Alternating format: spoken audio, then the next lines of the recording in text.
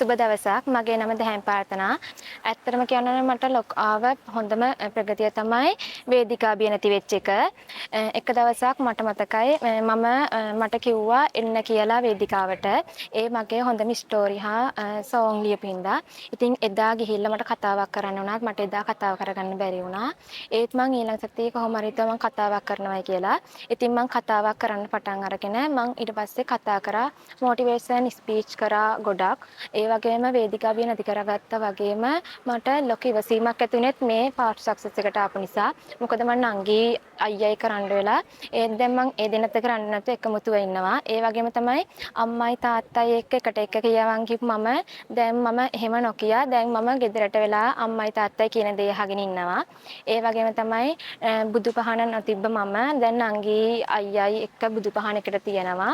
ඒ වගේම තමයි මේ කෝස් එකට ආව හින්දා තමයි මට ගොඩක් යාළුවෝ හම්බුනේ. හොඳ යාළුවෙක් කවුද නරක යාළුවෙක් කියලා හඳුනා ගන්න පුළුවන් උනේත් මේ කෝස් එකට හින්දා.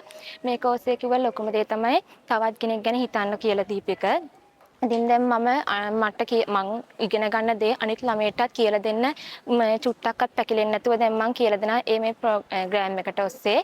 ඉතින් ඒ වගේම තමයි හොඳ ගමනක් යන්නේ අරමුණක් ඔස්සේ කටයුතු කරන්නේ කොහොමද කියලා මට හොඳ දැනුමක් ලබා ගන්න පුළුවන් උනේ මේ ප්‍රෝග්‍රෑම් එකට ඔස්සේ. ඒ පාක් සක්සස් එකින්දා ඒ වගේම තමයි ඉතින් මෙවැනි කටයුතු ගොඩක් මට හොඳ ප්‍රගතියක් ලබා ගන්න උපයෝගී වුණේ පාක් සක්සස් එක. ඉතින් ඒ වගේ තවත් මං වගේ වෙනස් වෙන්න තවත් ළමයට හැකියාවක් ඇති වෙන්න අපේ සර්ලට මේ ප්‍රෝග්‍රෑම් එක දිගටම කරන් යන්න පුළුවන් වෙන්න කියලා මං පතනවා.